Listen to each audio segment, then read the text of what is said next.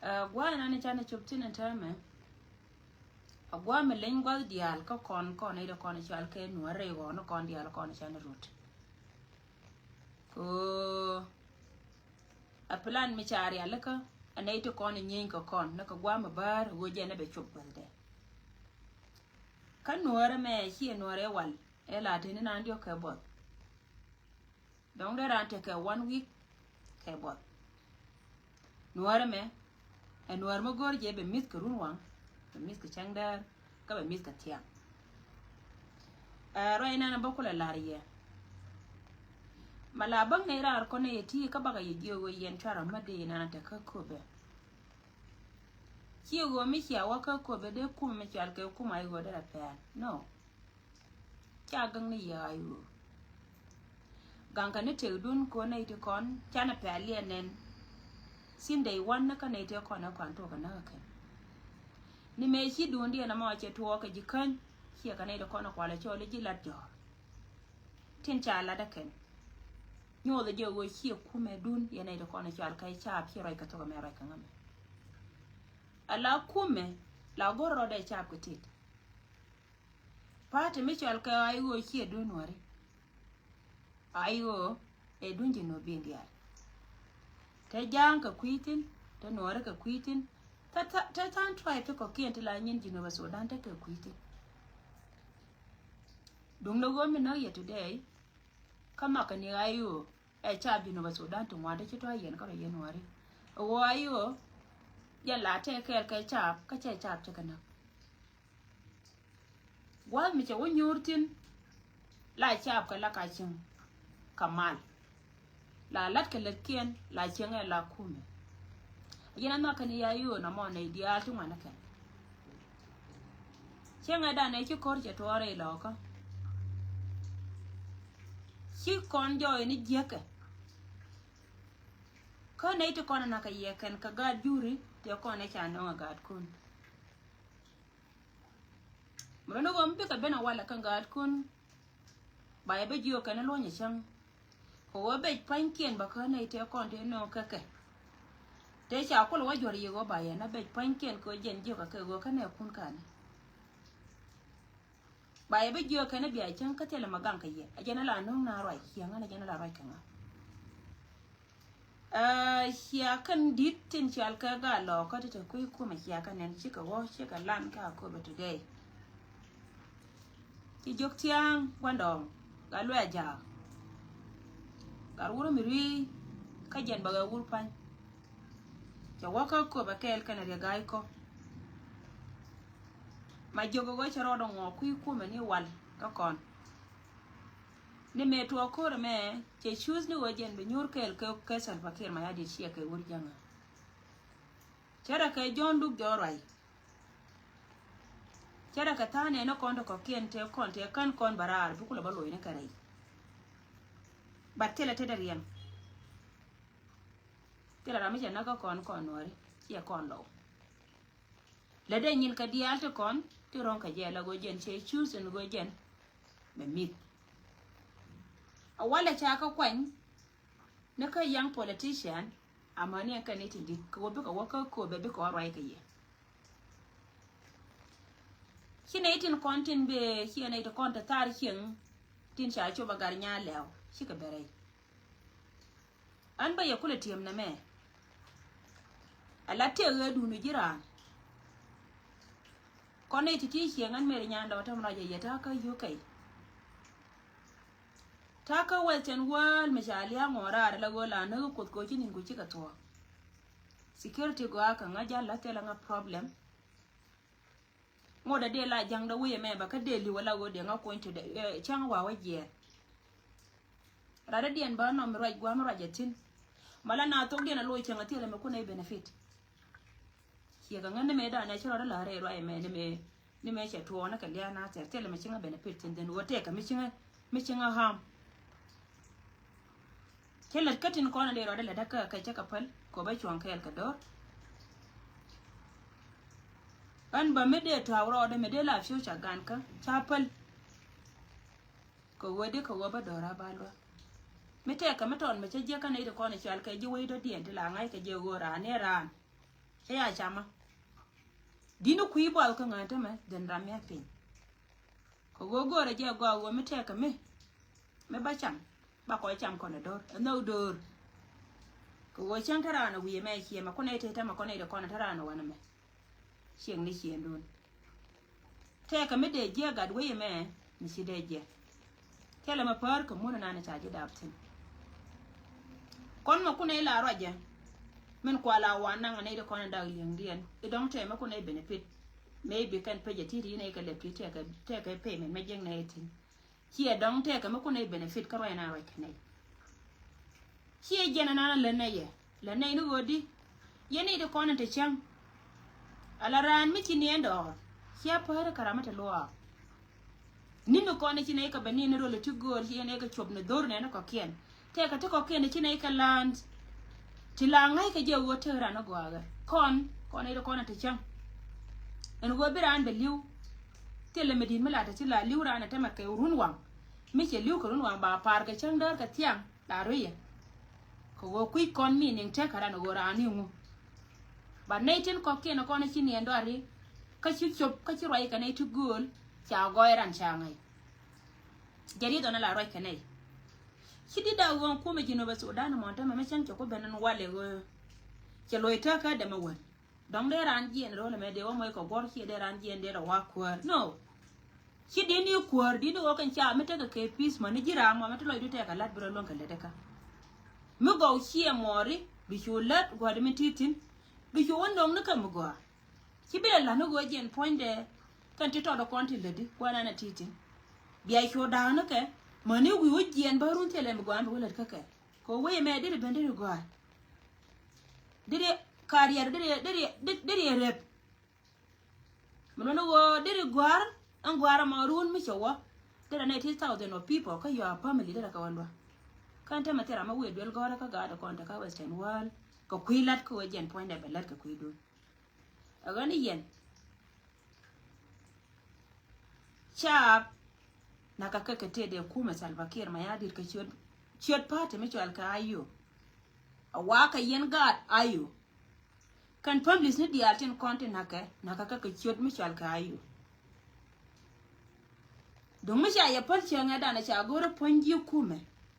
kondo na ti cha ga yede jowu ya kor ka cha ga yede jowo yene de kono chal ka cha pa le dor kun ja de to mela ne ya jo bara rodu na ka jo dun ka nyam dun wo ngai ne ma waye waje kan ba ya na che mela na ka ye ala kore me ki ben ko kon kan wari dori kondang jokten kono che kor che nyentin sin 2025 up to 2026 amen so gudan ti wina to man chele so we know to man kan chele pa chana pek jino ba Sudan chane ngai a chenga ramla guje ni wonen wontin dia to kono lar ka jino ba Sudan kan yin kon kan dia che jo yo go aram kel karo ada mi chal ken war malar je jino be do ne dia ko wotin kono chala da ga jino ba Sudan tin kono la bare no har chin war ka de lar ka ga jino ba Sudan an kwala rai ka ye ko yen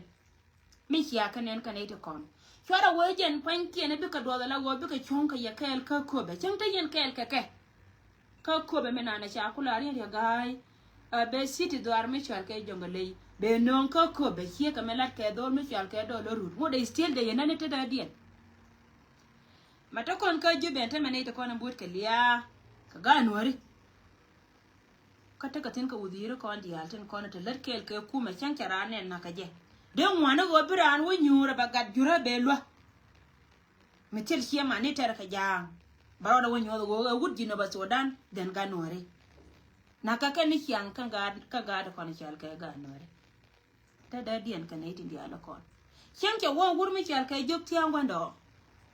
akwarya ga ko ja pol ko ya gai go bilia me be ben ke 2026 again ko che kon woni je be ya da ke kon won wore lo ka be da yo na ko ka dai mai ni te kon te bo kana na kana ga duro te kon ne cha liya cha ta nya kan ngai ne lo den kon ne da ko ken dia le te lo kon mo go ne ka selfa kon ga nuor te ko ken kon sie ga lo ka te ko ken ngai ne ya me na lo go nga kana nga ngai ne ka lo to kon na ka ye kan an chiran be biet ka cha to ran do kum bi ne ro ai ku kui ko wo de ko kon charanda chang ko wo jen ba nyin chang ba kala jeri ga na ro ka ne meda ne che tuon woken pankien ba dor ba da ke siasa dia na take mukula taka la da kola yen ka ne la tanga ra opur ka social media chia politics yo kon gorje go ba dor Michal ke Nyirol County kana dor Michal ke urur bebo urur kana Nyirol meda ne boka ke chika bokur Michal ke ya gai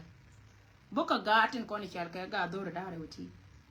kwa kala boka chiur guru Michal ke ya gai ko te ko ra ka jongale ba la che dai mai ne chaka tan ke politics mila darien milo no kan cha kuna jana ka kure aje rizo no wang loida kon gad kun ti la roi ka social media je rizo no wang loida na ma ko yen chika yen mon ka yana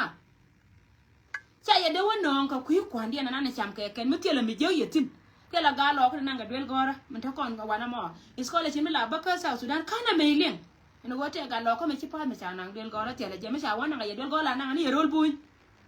rol buñ na na cheng bagran tin kana ida kon to gora rol buñ am sorry to say this yene ida kon go rol buñ am chi ga rol buñ wala dia la kon cha gar tin cha ta kol de me gora be jo e wo ina me jene ara me chi wo dwel gora la je kan yo dwel gora rol buñ cha ya de me nang wala tin kon nang ka ga tin bo wol ken wala tin tela je an ka ga te kel ke riugan lo ka dia to wana ken tela ga lo ka me je scholarship tela je mana no go ken point de cha ya de wona ken ka kwandien kana ga ke ya de na ra ken e cha ya de no ken ka kwandien kana ga ke beje reita ka da ko lo to ko ken kon ti ti le magor na ya ka cha ba go je na de ko riem dien de ko cham ko kon kan ko tan ka mi chal ke limanati kana wo ka cheitan la gor je go bina bi kana bi kula ko tela je kana e watin jadi dana rai kana kon ga lo ka dia la kon ci bara pla ga no to ko kien to kon la but ka rai ka social media ka kwete ka dun chan ci ga wakan ga da da shi mi ya kan nen charam hat gar nya law biliyo yo ne ye wo jan pan kien chan da yen yan wana ke de yen na ta da dien an tele ma da rana le te ka mi cha la nga gar ke te ka wur kel mi ci jien kana da kon chal ke ji so mi ci ro kon mat ji ayu ka wa da na tana ko entam da rai to da na wache raba nyoti a chalo irai me chalo irai kaman te kon te lengen kai cha replay do ka kobe ka del wal ngan ta ke tura dien man te cha re pi chekel si chura bo pen ji de jo pe ji de yang ngagwa ta ke tura dien a ja kanga wuro mo gwa da ne lat kamana to jektin e do le jani tetin me che da mare da go jen jani kwar me che do ne na la go jen te ka mi je ko che ko jaras rai ne ne dia tunwan che jo mu le na ma na ka je chi wut janga che che pal je ben ya me che ti jin nga wa yo wo di ngo jo mo ma la da na ma ka je jin nga jin kwar ne re kwar ka wa gan ma dum tin ma gor ka ne rame me chi ka pa ka jen point ne shura no questioning dorian ako ba male na waro tino chu ko continue ko go kan ba man ba kala da jeng ne amurna ara ma ko le che wo be nu liya che be ne ta lo on kon ba ko kula roi ko yen chap riudun dia no ana kan ta ka smartphone ba ko la roi ko ai chambo de ne kai dien ko jen rauna ne chiraw ko na ka ko be ra ne chu ye tar ja ba wo wi kangan ma ko chui ba ngan chieng ga ma bula te male ban manan chia mal siol kane ye ko ne te wan te kon te de na te de chulu ji pa jod du dien dia to ngana ken chire ne de kon te ka ko ba tia gol ka yene te je ka ko ba west yene dor me chal ke Nyirol ka dor me chal ke Uror County kan dia je ne chia chul ne ne kan ne de kon rai ka ko be ten chara mar gar nya le lar ka je go te le ji ko be we ki adi chi wo ko pa jod kana ko re da ne ta ka wat we mean me chuo we re de ba mo we lo dien wo gat kan do bi ka do ke ter mi dit ba ka ko da kan jang bi ka do ke ter mi dit chang ban wara ma la ka jine so dan gwa me be ne ko mal be be ba ka ko da kan bad bi ne kula raj ba ka be ye ba jiyo yen cha ko nong ne te dun ko tem ko ne be ne pet kan ya dun ngan barar ko jiyo yo chang chia ne jok tiang wan do ngana kene wor ma chal ke ya gai ko de yang wana wandi en kate medara le de yang wana wandi en katela madara lel tan kun ti liu dor mi jal ka bar mate tan kun ka chwil ba ka lon ka ruli nai kamu ku ala te yana de to da kona ki ben ka ko ba ti gol ka riuna na tun wanda kai na kona ta ka chwil ka liuna nai da kona ta ka bar mai ka liuna an law poinde bi ala law yen ka rodu na te law tin kontin te liu ka chwil ka na ji bar mai ya bi ala Cheba lo itina re lo kama na lago bela the same lo wengai kondi ala. Lakini chiengo anu wa right na tin ko do ran chana rangi rai kon gadi na ikeka. La right na. Nei to kon pel kan yekan. Mishire gai che what today. Ala wo jen jo yada na chie kap. Me chie de na ko me kap ka jen rio me na ka je bor je de lu. Che parwe go jen poinde e me konde. Cha moy kay chance again ko nyal ko bo wang de bele mo de still en lia en gore ka families kate dia la kon ya kore dum lo waye lar na me wan chene changa la liwa ramana na la liu a jira mana na ngai ngwa ngai mi jia jira ma ngai mi jia jira mana la liu dor mi chal kare do ka cha ba ndor ka cha bangal to Mugwa wakan ci ko dit la ka te kon te la lwe ka ga da kai ka cha chion mi chal ka ga di na ga ka cha nyoka mala ka jen nyama kan mu ya ku ile ne yelo biya da yen ka rodun si ablo ita ka du na wana ta yen ka unity la yen we I ga di na yen me ya la ti an ka ga de da ne sha ta ko le da ne goro ka se je media che goro la ka je ka da dol si ka le bad we re dien Kone use na kwa use ka je wuri janga ajene ji akobe ka kana ko wote yen ka tamu won yen ji akobe yen tamu won na me men ci tandu liu ka je yen tamu won la to wo de yen na de yen ka wa te yen ka tamu won na me ci dorun kula da today Tela ko be wel me da kan da nan kade be wede ko be east ide da bata mala ka jam no to tando ri kun men wan kare lo ka chika wanga jana kana ga atar ka ga bulete ci bare lo ka no wan ka yen kai nya ne te dita kon te wa na dor me chal ka ko be we tanke na ka yen ga lo ka kari do ne na kana ka a wo chabi chui che nyen ka bi je ka gwanga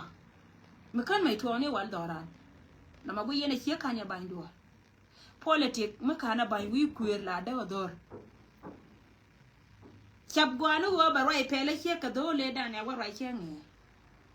ko shabab ne me dan cha rai pele ko te rie to go te cha la ka kan doa te rai re di ko ne te rai re di ka doa bat jen pele Kelar ka gwa wayo mete kel ko e kumeda bene jio ayo bi baba ko we bi baba kumeda misia ben sia nyoka ma jo yena do sia bere ba ko nyur kel ka yeba e yen kumeda tele mai kan muno no go nyur e ye won cha point de sie do ngara la kume e cha metele ji cha tele ji we tele de me de ro da por ma ba de ban ka tele cha Katela kuar madela kuar katela kore cha nei de kone ci bente lor kar ya gai ka bele men nyam ka kobe po da palsa mo bir ya gai be step ka kobe ka jar wana walam bende men dan kana bene ci ben ka je antama ci ngai go je tela na ci ngai go tela na ko nei de konon tin jel ker ka jamwa ni de inde kontere we ka ci panken be ya manu jur ko tela o cha boy Kwa go chab la me nen kana ka keke kon chano ku cha ku free ni wo jene e ga la ta kon ke ter ka jang kan nuari ala jang che nyo kon go nuar se beta ka kwai ka te ka meta reide mu gore go belet ka nuar lakin mi che te karam kel mi ku wang da le dere preach dere lar kon wo yen damanda na la kon na go damanda sie damanda ante plan me alel na 1 2 3 de la che dang na ka gwana ra me chun kel ke chap ko so wen barar ka kwi choma metot ka kwi dun ne da kon chal ke ji ko ba wo me chin nem no ko ba chi ka la tek tek today chi wur me chal ke ko ajen laba mina ajen go chienga mina ka kan gar kun de kon ye ko ka kam ye ka chi wa del gora tende ro la ka yen cha ba ta yen kana ka kan te kon te chibe ka ko dum muka ga da jel ka te kiyene te mot ka mana ken kana gwana ken ko be mina de ka te ga wala mana ken am sure ko be wala ga de na de ka te ga mana ken mete lo bana ma jok mina na kane wuru mu shar ka da kai ko ka kan kwar kun ka kan gar kun te gwa te ma de ka lo lakin ko jel ka te kiyene cha ya kula kamlia ko woje na ba ya chama ken ajena nana ajena ku yele jaka biatara an cha bai de je kana gar an dio ye go lia dun te ma ko benefitin kata dun ka ko ba tia gol ko wo biate ko ma benefit ko jen run batedo ka chira menan en chiro dar yalaka ko wo jen ba ma chopin se bila wi ajena la ra ka ngana ma nganya ndo pa jena ra ka ngana ene ri chal ka lo ena ra ka ngana ka ye atira ba kanyira ka wecha kanen shaka chone na riaga charu ne ke bi bor char ala wa bor char mo hie chu yo jo ya kam riaga anga akwa ru ka je badien nyora ka ko batia go ngai je puje go te yen ten bai bai dum do ngai ne ga go te lo kon me chi ban ka ko bana ambo da na ru de ka ko batia go ajene bo ru tang ba ka ko batemba kam ye kuma na ntela bakamye gergo ba wachi ngi yeje nyoro gwana ante yentina la cha to ganga ne tedi ne chima wote ka ayo mata jodu cha jone ye bi ayo to la ayo che de mato la ayo kum ana wei ka jino ba Sudan ke lele la tin ga da cha ka wannan mugo no de lo ka kor do re dia metere dun nyuru kana la gad kun tira ma wadorian ko ken te ka mala ke ken ko cha mal choose ken we baka laje mal cha de nya na kai wode we ko shema kwa ka we ga jan ta ka de nya lakin cha choose na mal jino ba Sudan ko jino ba Sudan chi doram kai le don cha jino ba Sudan te yichu ki jiga de we ka liya mana gat mana man ka che cho ka me dun tin me chal ke politique ke du me cha choose do ngai ka je ken go chem ti wo kwar today nyin we to kon chigatu jeli zo ne chuke yen tap ko no kwara cho la ga da yu mi china ko lo ra ina la linge no ngu me la di ne tara la wala gwe ga je chi yong no kon but tia me je chit ka men cha to ka ko de ra ko la awa gwan chung ni te be na ka jen baro ka bare je ka jen baro gwan chung ni te be na ka jen baro ka jen bare je ka jen baro akuma na me manen yene tame makola jal dora kayan ka jika me ajene bi wi South Sudan yo kan wo jawa ba jinu ban mo ngot gwade binay tungwa na ken bika nuan raita kadie bika nuan raita kadie ka bika liangal je ba lian wo je gwa na na tai ta ji terti ko wi ken e be to ba gwa andio ne ye nyora ka ko batia ko tele ma dadia na bakamye se tem bakamye katela dadia ne arwa ne mebe lonka bakamye ndo kan jena de wacham ka ko baka ko batia gol chama ka ko batia gol kana ko ba dun South Sudan ake ni won chen ko ne adora jen ku yer kana ku yer ko ngai je te mi ci ban ka ko ba South Sudan tene ka ko batia gol la dum bunya ko ko ite ka do please tela rambi ya baga tela rambi ya ga so jena raya na be ka ngara na ma ko kui ko ne tungwa na kan ngai je tan bi ka ben ma cha ma jogon dong ne na ken cha gad ko ba dia intellectual sa kan ne na ken bi ka bara ba wai yes ki doro ki yung ta je ta kamal a chen ara mi bi raya ka jina ga ka do bi jo nga ga chu wi ko woti re chu ya che bi long ga le ban nga ga gwa ka ne de kon li mi chang dia rồi là gì mà dàn qua để liếm nó trắng vậy này cho con mu we wa kana me liep kama kan gad kundo kona te dware shika te dora ke go cha ka jo amane ji kuma yayo shika te dora ko go cha ge ko ndor nani chal ka ko be dorien kana Nyirol County nani sia ngai te me wo chira ga ngo ka cha go cha tan ka ngade ka go tela ran tela humanitarian bo ka dor me chal ka Nyirol County angolar kne jena mo ta ka ta lo ko de la bi chui ka ta lo ko ti wa ma ke kan ja dor me chal ka ji Nyirol chi ka lo ma kwa ya tie ye ne dia la kon to ku tinchi dakatiam ki dor me chal ka Nyirol County chi ka lo kalau kwala dani ye irun ba walwa ba wa ya gahi go ga di gan mor ngayene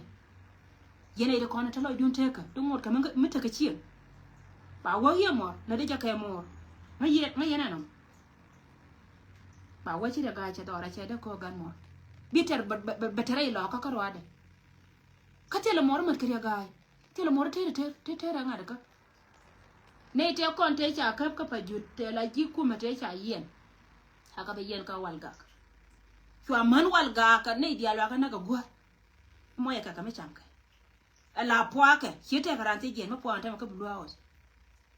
la ka wa jem pi o man jo ka la ne mene e tru ma te aga nun no na ma te ka yen wor me che tuon wa ji ka chop ka walga chwa ka na ne kan che jena shauri po ne na jena da ka walga ka tema tele tin mi achunga tin biji ka torara tani walga tele ti akwai tem na loñi bana ka walga wonni dor mi chalke pa doy tele ti e kai cha ne ti ma bu se ko ne no ga cha kana tera me naka ne da nga me naka me chi ara bar yen cha bial ka walga me cha ngai ka ben ka chi du nuna na to loy dun cha ko penti chi aga kun chi aga pu de yeno loñ de yeno wur ka ja tila ji kume me cha ka bana ke na jena da chin tude pero cha ka ko ba we cha wada kan mana rare no ma da yena ku yugo jen fa na te ma no tare de da yena ku ba we yena cha ba ma re du de tan kun to ko na to guyi da ma bi ka chu okay na ma wala la tete iyo bara nyo ka jen ba bi ji ma e we okay na me la ka je ti da jaja ma yena na mo yen lo ba we na me la ka je ti da jaja ko ri ga ya ga jaja la jete da jaja ko ba dora bada bi ngod wa tin bi tertin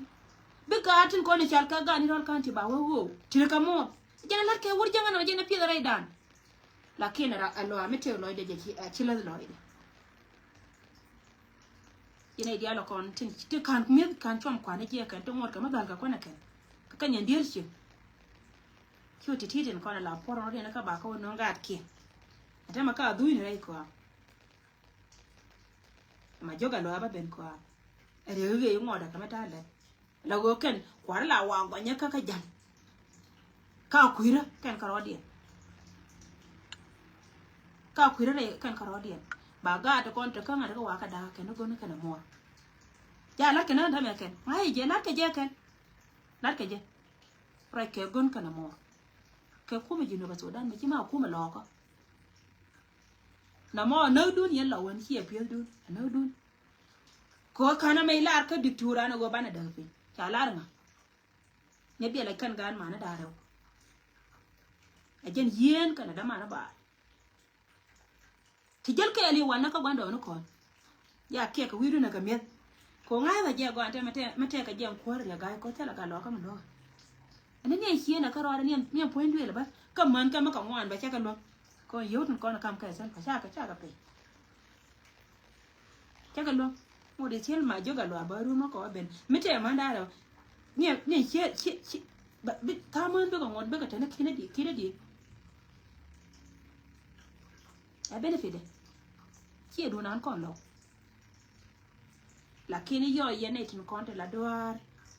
biaro de ka joni kien ba yo kulu wutu bi ko rai xinga yana long nei liang de na ma kon ga dia yan long nei liang de ba ko rai tin ka ba ko la ri yan cha ba wo jin nga da go wo chen chi be ne ga to du lu tel ba kam di me te ya ga ina tin dia la be bla ke kai ni ya kai kula kai ni ne me wo ko rameda na chi joy la lo am to mi chi de le ka do re dinai kan ya me cha ngai kan chwa wo da kan ne te ko na wo ke dinai kan ni kan lo kan ya kan tin kon kan na cha kon ko dinai cha ba le la gan mi intellectual wuje la de me che ben la wo jen cha wo ko ra ka jongole fio gorre de la ngala mo ya ka duop mde yene je bor de la chup dai lo ka runwa me cha ngai wo chup chang ka lo de cha ba la le na kan mi du ti ka kan dit kun titi ka kan te chu kon kai ra chu adinai chu moy kariya kan adinai ni adinai wo ra ka gun me cha ka sar bakir ma ya dit ko le de chi anga ka yema ko yena ka kan de ala kon me de me be na be gor be la te la je ni point de ma jomo go ben barun ka be gor be la de la go je ne be chop go de a be ka de ga de kon ba ka be nyoko me le la ke sia be me ne na tok en go wi point ne char mo go chop ko don me char ke yai e be yai de pin be chop ka ben don me char ke dor gan wel ya ben tin ba pen yan ka yai ba re nyoko bara kan ji mel dia ba be nyoko mo wo ke che ko be wi ke be chop la en ko be go be chop be nang run dera ka kula ko yene dera ka ne dela ni ya ka yene na ka ni e dera be chuon ko orient today tere melel ka kona ken tere ka no gal ken ka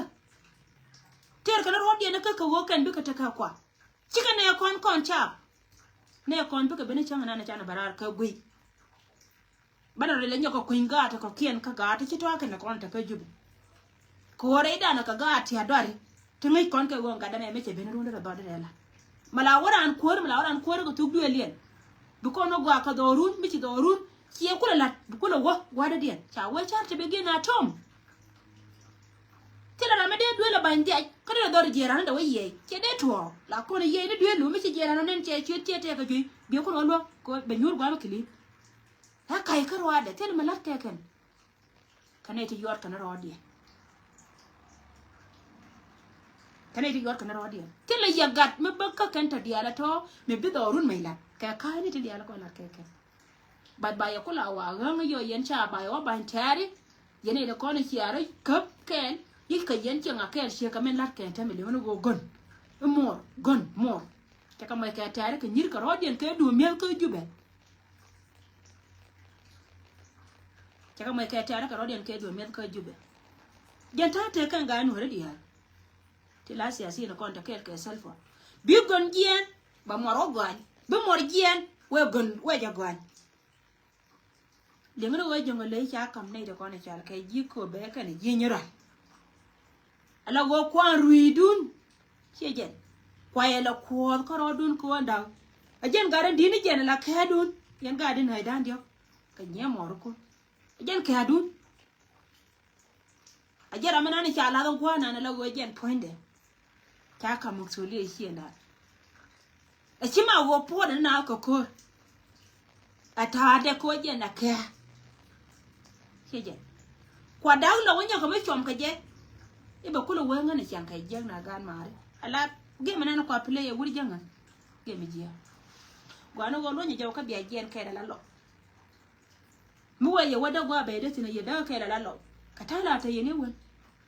ko tel gwa biya chin biya kapten ci abanan ka wara ko ci abanan bo ko jangale mo de me biya chin la lo mi dine jen karana la lo wi wa lo mu we bene duor ba pen tu du da bi ngai go che pen sieda wi wa lo mu ja ngai go che pen dor wure mi chal ke bal yen bi ngai che pen sieda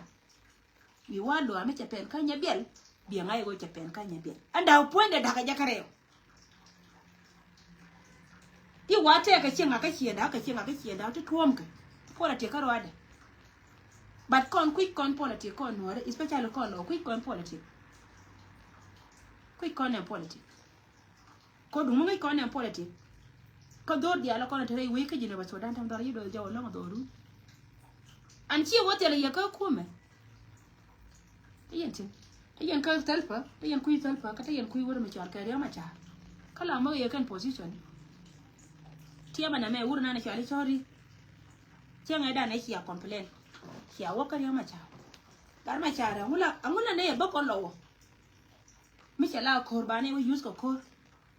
ko yo chala wa me na tin ka to go ko kuna la mitin gwa kwan cha ne bila tin lewu kiri ma cha le nga ke ala ye ko bia kula ngai go kon cha ki ko ni ko ni kita ka po de le na nyin ko la jen ke ki le na ka ke ki je mo go ri ne lo ari ma cha re da no ko ala wo gwa nye wur mi cha ke chori kan chori je ram ke le te no bar ka me cha de kam ye chi ye na la te mo go ne yo te mo go ri na ko le mo go ri na ya la ko e jo ya ka ya ku nya ra me cha e jo ya ke ri ma cha ra ya ku nya ra ko cha po dun cha lin ko yen ka yana chu mo te di po ne chori ina no kula ro ye go ri ma cha ri chi tru jara me chu chom do arun ka chu po ti chono ne de kam ye men de ye nyo yo wa ra so kam yo 600 chaka yo 60,000 US dollar kan da ra ka gar 1k me chu de be mention chaka kam yo 120 US dollar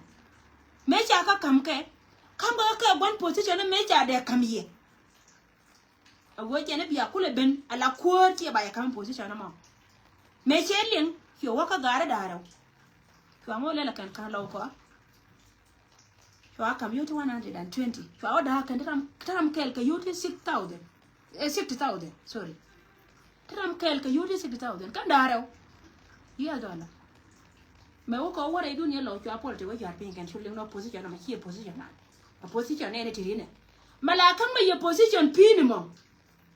dorunte ye to yen position ne dan chore lo ka kan gwande me ruaje te doren ka mani yen ma yen mate doru kore doran kon junubin ye gwatin kon te ke tiche biles ka dor kun yen wan chu chore chu ngolen chu wo ko ara me dan e kwala gore de wo ka position ko kan gadi ne ba so dan dia ta kon te lo gwa ken me cha lar na me du ne tin chu ya kampiu te ba mana o kulo na ready ko mana na kan ye tit me kan ma yen pire yen yer pe bor na we ngo mat we no kuira dien yen pe bor te ki te lo ka manan ke lo ko tem ne ro lo ten lo dian tin wan te ka tin wan lo ka te le yer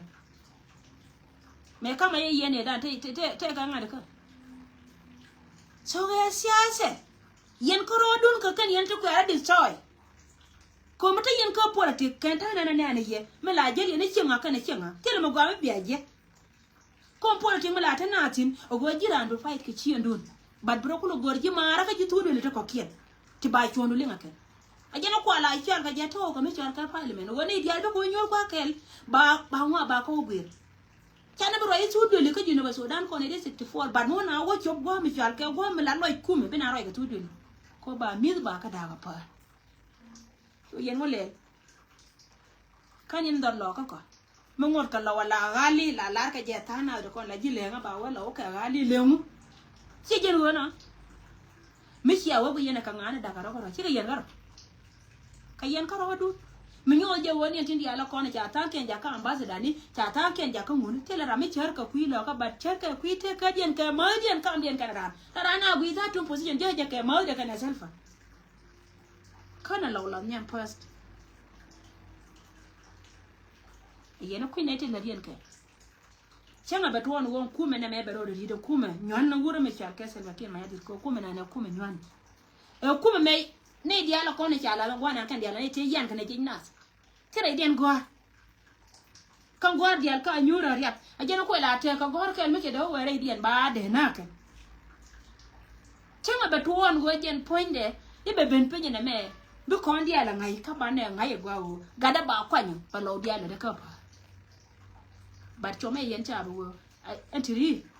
te cha yen ji jan kon lo te chi ular kel ke kuma se lo ke ma yadi ay cha na ga kana ba ri du go do ta kam na ke go ne kana mor te la je kon ga di na ge ka cha kon be lu nga ma da ka kon ati kon do gor kana ne la ka ana rana la ngai ka yen dia lo go jin la ni bum ko ku ko jen ri de lar ka chenga da ne lo nya kiye rana la lo lo ide nganya ndo parliament cha lianga ne nyino do kona la di riab gira la lianga ne po ni ri ni ku lo nya kier cha kon la ri mu gwa no kon ne kon tra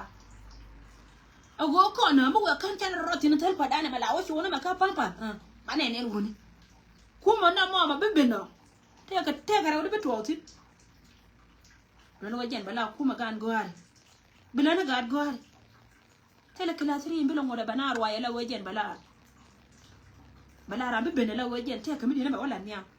kilasri indi ala kon biga benpin jen lo ke lo nyakie ko jen biga nun chu jo jen gwa bi jinu beta ga nun tin ko mo na goar bina lat ka do gora ma lat ka do ajene lar ke lo nyakie me jo ke go kon ramne ni jeneti ko kon ba kon chen ka jene bum ka je tet me na na today mane de do so wan ro nyangan ke ye lo wale e message ma ko ye woti ti gore je bia kala wi do an chara ka kui politician no kundo kontra idu no go ngum arana kwa team go sin 2005 ngum chara kala lo ka gan nga me chuben ka kon lo me chue de nyo lo won lo kana anga rei politician ta kon te le tam ka te kwara only dina jo cha gor karwade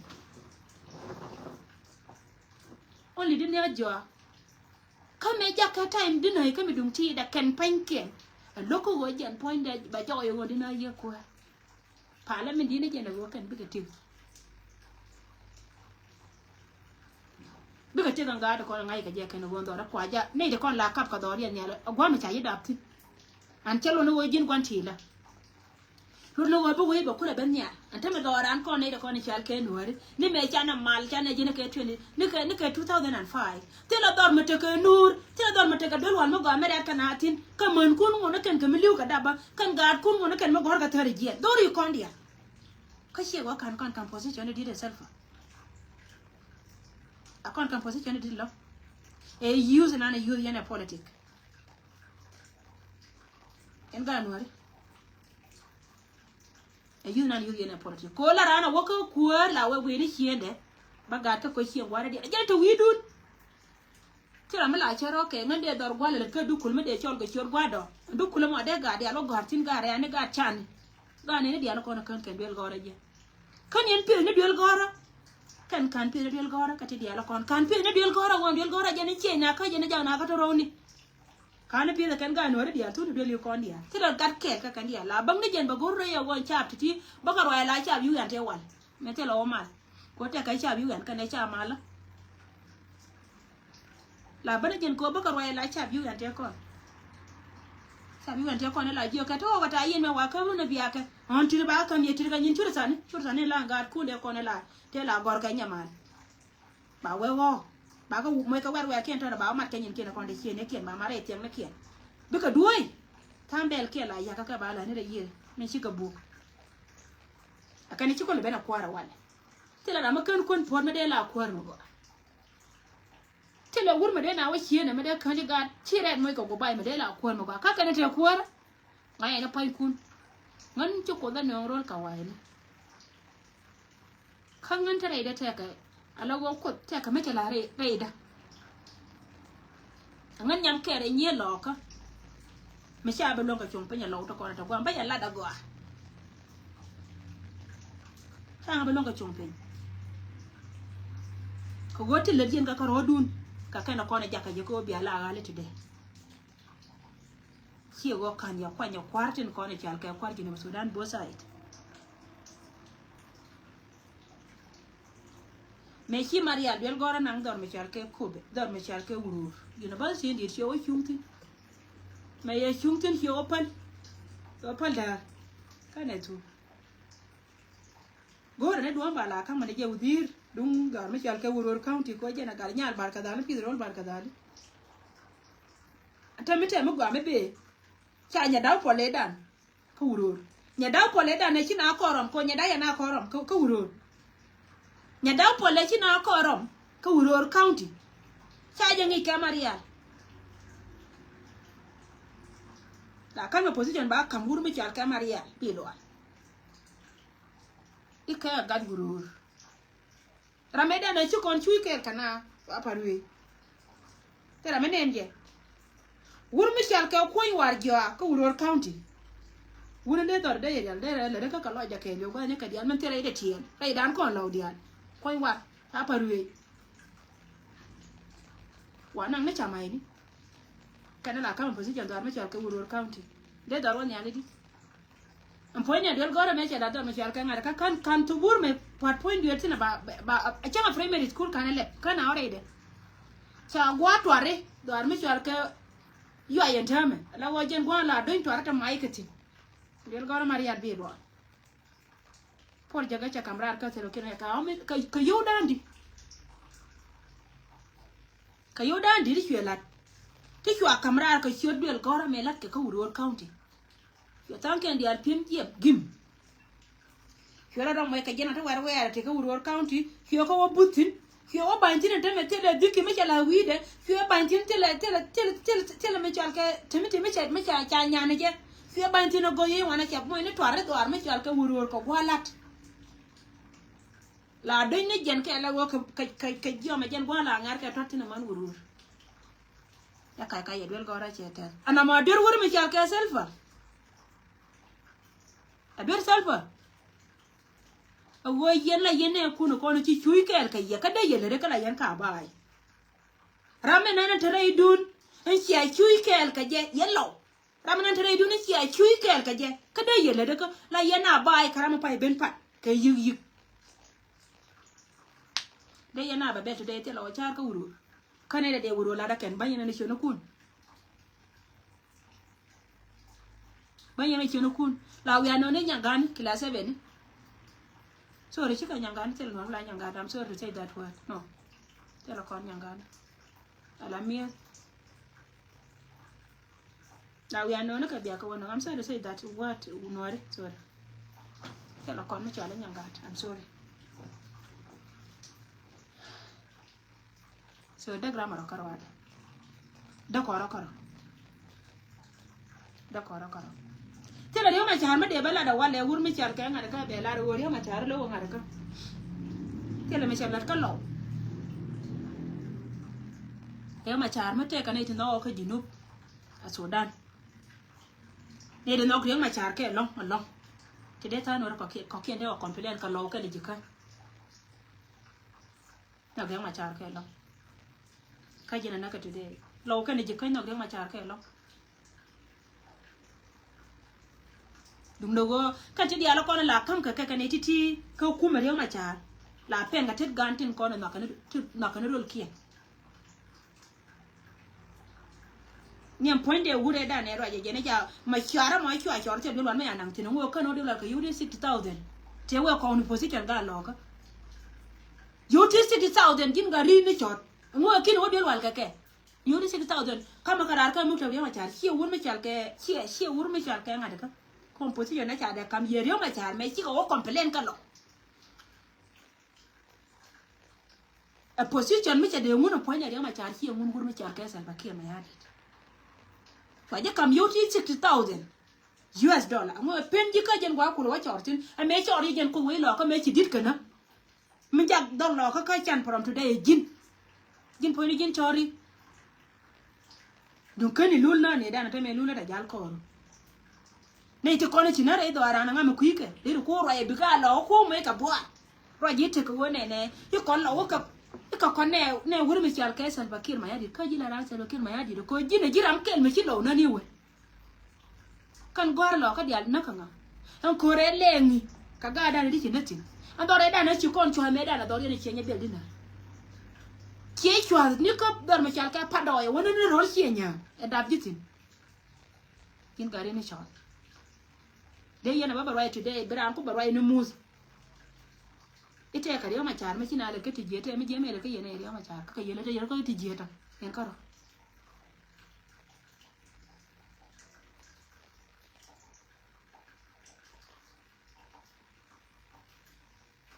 la ken be gwa ben ka ku shenya na ra ja lan ka cha o yen cha be ko na te pin ye cha le use ne ti pe ka kuno kon ki do ni churtin ko ya ka da tele mo ngoda ta me la wajen ba la ka ye kan tele je na ka ya gai a joga ndom tin dia la kon re na ma joga lo aswane ka ti gol ko na tuki na ka ken ya ga de ko ne do de la da ken ha ka luang pin cha ka doan pin ken ko ken ba luang ka gwer Salva Kiir me de me ci gwer ci long ci de me ra ko kan ti diala ti longa gwera ken longa na la ka rin ka Salva Kiir Mayardit ba o goanya kan gilo ama ba yi goanya kan yudi dial ka nyura karun kan koy war ma chor an cha de ma chor lo ka mena no koy war jo molani an bol gaay ka lo me de lo le de ka trugo dire len kan dial ka turu wonti dial ko no wen te pare kan ngana ya gaay kana me chol ya pin cha de ma kwanya ba ja ko be la kwor ngay je go kwon interest da ba wala ne je kan ka cha la ro ma no gole kwon cha la ro ma no gole kwon pi da ga lo ko dore kana ni chol kan dialan tin ngara dialan go ka pin ka gui ka jube ti changa ngo wel ko no wal kwa ga lo ka betu kan akin yana idea tin konti ta gwal mo ta yantina man mo galong brother kor man medira long mala captain division ajin captain division 20 mala senior ke ma je brother but yen ga lo ka dia lo kono go yena go dia lo kono ta yantin time will come take a time ya nya me let continue boom aya cha lo ka da ka ne da kono cha dor cha da kan jen ya da mala jen na kelen be ne jen lo wari da kono la ka gun ikienya gun ikienya gun ikenya bia ala lenga nan pala je ka social media te mi jekti te ga mi je mi are ide ko ne da kono roi ko kono kana tame ajena gorke ba piereida jena gorke go ba piereida mani yen dawal ba pala je lenga ma kare jena ka politique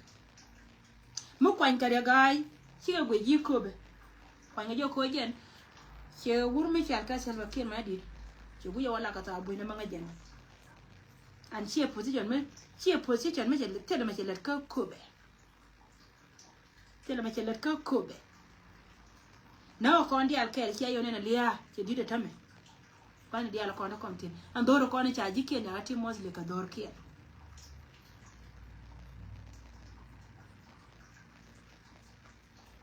tele kobe me chal ke kobe me ajo de menen yen akin ko che pel ai loka kanga je go cha jen pek de na mo the way you the politics ke go ijikobe dina jo cha go me kwanga je me dana nang je ka jongole che lar kel ka ga lo ka dial ka ga jongole dial special ga no te no to wane che pi che no nya che ka kwanya manu do le nyet che ka mai ka position che ka ja ka udiri mane je ku igwari ko gogore je ba dor be pis ko jen tabalat ke jam ka ko mawo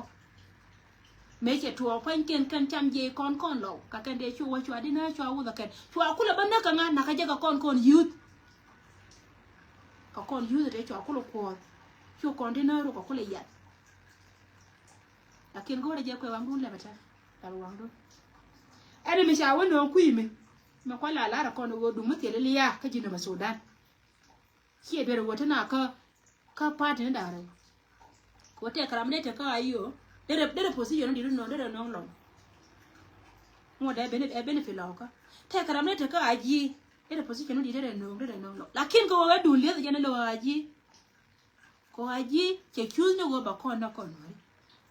an che ko wala ka tek ga no ko na cha da ba jene lo aji na matel mo da dia dung chi ayu ni politique mo go ma ngai kene go kene be ko won nyam ka mala ka party dia tera ma de ga karama te kuimo kale lakin me chi ko kule bene la na ko ante na kana ko na ken jene lo kon so I'm sorry yene dia la ka chap atera me chi ngo jo che ngai da na te ko jin nyando wo chi na ri chi kana ri to ko la da nga nyando pale me mala nen yene la roje me la jala ka ni ma gore ka pin choro gira ikama koya mila alianga ne ka kane ndi ala kon bosa ai gwanje ken dia deli atien ko ngala la ko in po mene ti gor ka ba man pinde bana mun no go chila de tes ko jen ba cha ba kana tene right la ka je ijini shi wai shi na tela ra me chena wara ne sha ka tinake ra me na je kula ta kel ka je me cha buk liu kamera ken cha bara ka buk te ka ko gan ba celebration ba ta kel ka nek ba liu kel ka fara je nyoka me bia la nya ndo chi na tira me na te la je tira me na me ya che jeng me da la de je do me cha ka jong le me pa ka wa de jong le me wa winna le la ken ba we ku me ga ka cha bia le te ko ne che ga ka social media ka nuore do nga da ne la ke je ga gure ji yom ka ne te cha ke za ma chu a chu ga ben ya sin ka nuore ka ken kon ga nuore ya ka social media tu ne barar cho ka ga tu ne kon de me wo me la ke che chuong cha ra de la de je ko ne ji no be du na ko ya but ken politician ne ken pe le ken quick ken wo kon cha be ne ye ka pe ko ra ma kun mi cha me je la le nya ra mi chi mi cha me che je ra ma kun mi cha me je chi ka me kwa ta nya ma ji no ba so dan te ka ta na ti kon ne cho pa ken do ri je ka ji no ken ne to ngo da ma ngai ken go chi ko kan na ngai go de chap kwa ka de yang ka je so ko connecting content gor kan te na ka ti ko ne la na te yen politician te na gor go gan ma wa chap ko na ba ko la composition akan ya na ka je rizo na ko la rai ka je ka la de la kon la na gor go de na gor go jen ponde de na de ka ben kan ko mo ko rote ka ne ti wan ka ne to ka ne ko bona kira mi ne na so thank you so much ne dia ko ne ben ti to gwini menan ta ya bara wale long lakin go rai wuki de meta continue go rai ko ti ko beni politic an politic bane la ne ko na la cha ba lot politic ngai ko cha ba ko na ngai ngani ko ne ko no konti cha na bebie kan action ko bana rai kai cha bane la kai woni ti ti yo chang ba kare dun abia nyur ke la ke cha ya ganga ke ko sin 2013 manu me chara kan ta ma tere chang ma ka nuor mai na ma gan kana aga ken de ka ti te ka wunu dit che ka ma te ka wunu ko ne chi ka ko be de wun me char ka ya gai ko ka na wun me char ka jok tiang gwando ka wun de chum nyam wun me ya de sa lo ke ma ri jok tiang gwando la ga ne position ka position be dan cha no la ambassador cha nan ka East Africa ka ken la ga ne wi kana menen te warga leta da kana menen ngar kuer kana menen gore je be la ri ngum na lo ko lo ke no kono kwale ja ko jen bala ambassador wi ya ko ndokati ko go je gar to me cham ke ken ka gwe jen position wori je no wan nyam to right kwale jo ne chap ko no te ri je go yena cham chi ko wa ke ni ko be ne ken ko tele ma ba wale ya ken to ka gwe je min chi ka ben a cha ko ba do an ma jo go no today ke go ba ya be jo je ya ka ko ba tie gol ko ba ya bana yo ne yo go fara jeli ka ci go be na ku siya ta ma kana bela rai ba ko we kana bela rai ba na ku rai ken siya ko politic ngai ga jene dia ba la link rai de ma ba wukina biya kula ngai go ando bela politician na na ka jela na kana dike agente ka riya dia la kon lingen ke go no mo ha politic man ke liu la go gor ko ba kon ku na kon cha bi dor mi chal ke lo bi cho mi chal ke lo ba tel bi tin ci enda tin e ka gabal e ka ngat ajene gor ke ken ko ken politician se lam do dia menen yen ajero ay lat ka wi cha te la boy ti la gad ku no kon la gor ka social media te ka cham je mor te jo ka mor ken na me position an kon ja kon bele na go god che je ba ko wi ga na ken ba ga ro ba ko pura ko bu guer ko rong re we ka ngade ka jube bi chap mor me dol ba wo guer ka chap janga me dol ba wo guer ka je le mana ne ka kona ajana la ke ka tele me do dien ana na ma chi kona de no kon ga die de ko ke chane de no kona de ko ke no kona ngai kona wo lo wana ador ke chane de no la wejen ba kon kula bana ken ko tele ga ke ne bi liu ga ke ne ken ko la gor ko kwande ka kon ko ga ke la gor ko kwan ka kon tin no ba yo ka gon kareo cheje buga ba lo wen na me du nan kai ka chia da ta na me na ba ri video na aga bal kel me chi chom ga bal je me cham ga bal kan ke jere bu ko wa jar kam den na ta to cheje ko ro ja ba la ga bal kon ta cham chi ngan ta la tin go ba ko la ye yen cha dur dia ti ba ben ka ye mani chia da ba ja ta du ma jogo wur na mor ka no group de me jel ka ke mor ko lo ma gwer la we ka selfa wur ka kana group da ma jela kelo mor tana mena mor ta jole ka mor kana ga bal tana meni kai ka roade ko wajen poinde bu ga ati nda to kona tare loko bol ko je ma na ka ga gan ba nyan politique dia na ma me che ben ka siasa ma na kon ma ta bana wa ka siasa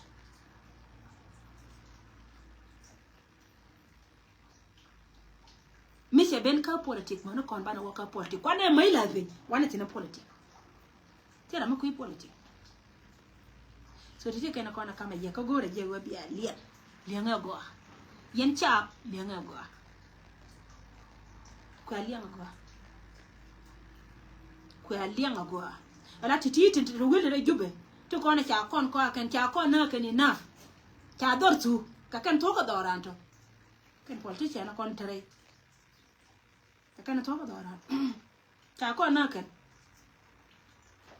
ka tele me de mai lo na kon ye me che to ante me go ga lo ka liu na joni yeri tan ken tin liu ka te bolti tan ken tin liu dor me chal ke jog yer ka bar mati a wen ne dor me chal ka ngad ka liu na go ndi al ko de tin tera me de ji re kel me ko be la wa cha ba wa kan tele work ne benefit yen so titi kana kona no ya nas kana kona no ya special ne ko ta ka ku wo chi a jok tiam nen ka ne won me chal ke ya gai ko it doesn't mean wo chi te dun ko go kwa chona yede me we jen biya kulio teno ba re ti dia la ko ni chi ka ben ka dia ka gad ko ba ka dia la cha la to la ka dia man gad ko ba ma ngwen cha ka ne la ro ke ja wo ke no ka nya ka ga ro ade ka na ku na ka yeke jena la ta ke ri la bana la bi won me chal ke ma cha ba lo na ka do he ma cha akwar ngada kana jena kwar party ka am posi jena na party me chal ka ayo de roya ga loka mi politician mi atin me longwari ma char ka no ngada na why not de roya ga jikan de roya ga bentiyo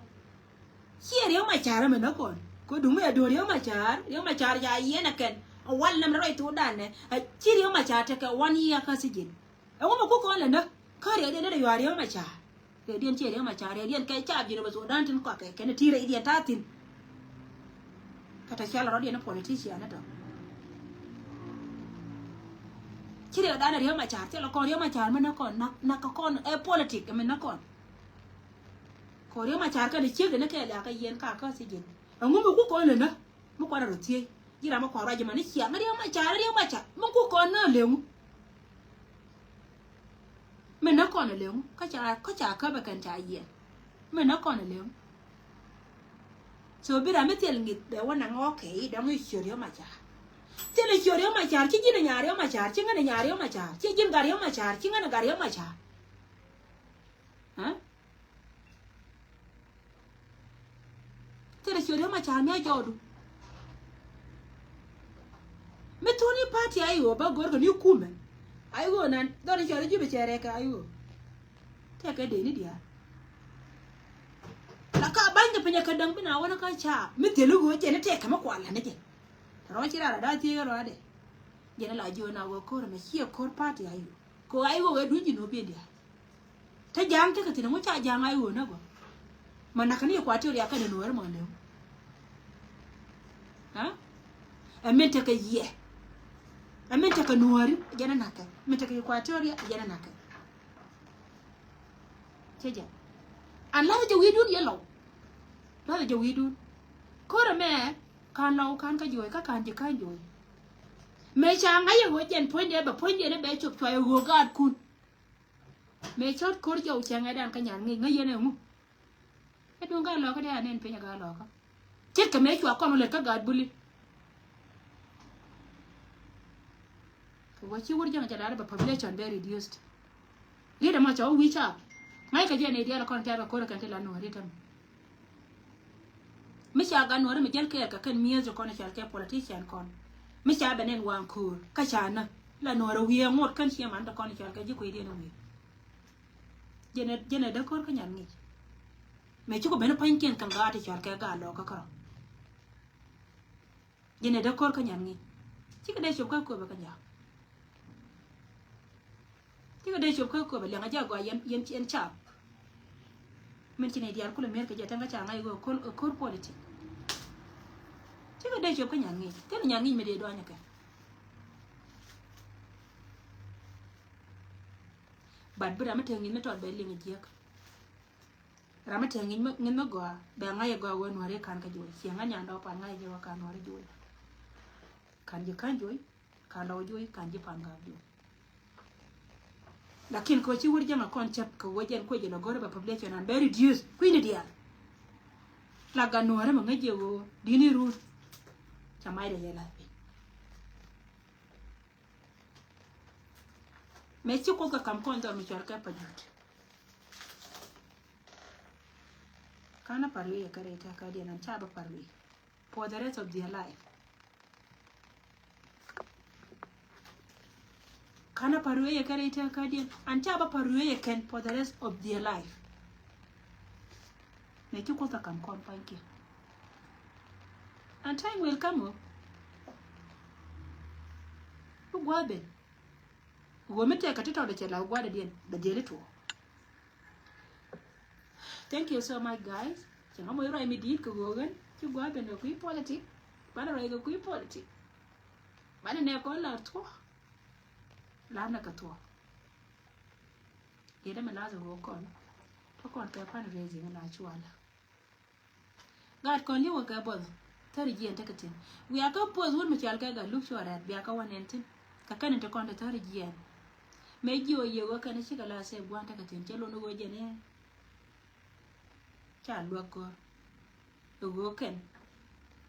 chiga jiyan gwande kana tinene cha ka wala darshin wa mi te kon ka gwanta katin tela wal mi ke kai set dia na jela number 1 jene cha la ka jen gwa bara me cha ka des ti hiya mandan te chi wo kuibunya cha kon lo ken ka del dia bat kuma bunya chana ka de nongje ko chika ya na ka de kuma bunya wote ka ne te na ka woni na mo ngai ka je ne te kon te ko tila ta ka mar ka witi gur ka chi kon gor wa bana ne kon mo ka dia du no rai do la do ri ne gugu ka chali chien dia mete ne kan tin ka chiot buin ko ka buin cha ne kon cha ka nan tin kon mo da ka ma gor ka je ka lwana ne kon akon lat ci pel ko wojen poinde chana jenen men ci koro da ka cho te ka ti cha yar nya me ene meni won te cha yar nya ma ken ka ken ro kama ngot ka te ka mete kara me de liuna jena ta ma ko kan bode kan won ma la ka je kan ne je da kon hat mo ya kon ye ne je wo chana mi di chana lat ngai je chana ri lakin ngona ka ma do na te no kon wa titi no miti ka $5 tike $2 kunga inbox baka ba mat ke tera ma do dine chimono baka ba kam gad kon ka kui kwani cham keke biko wamit so jariya de lasa de go ne riet ka ana kon mala te ke ka ya na ya dia la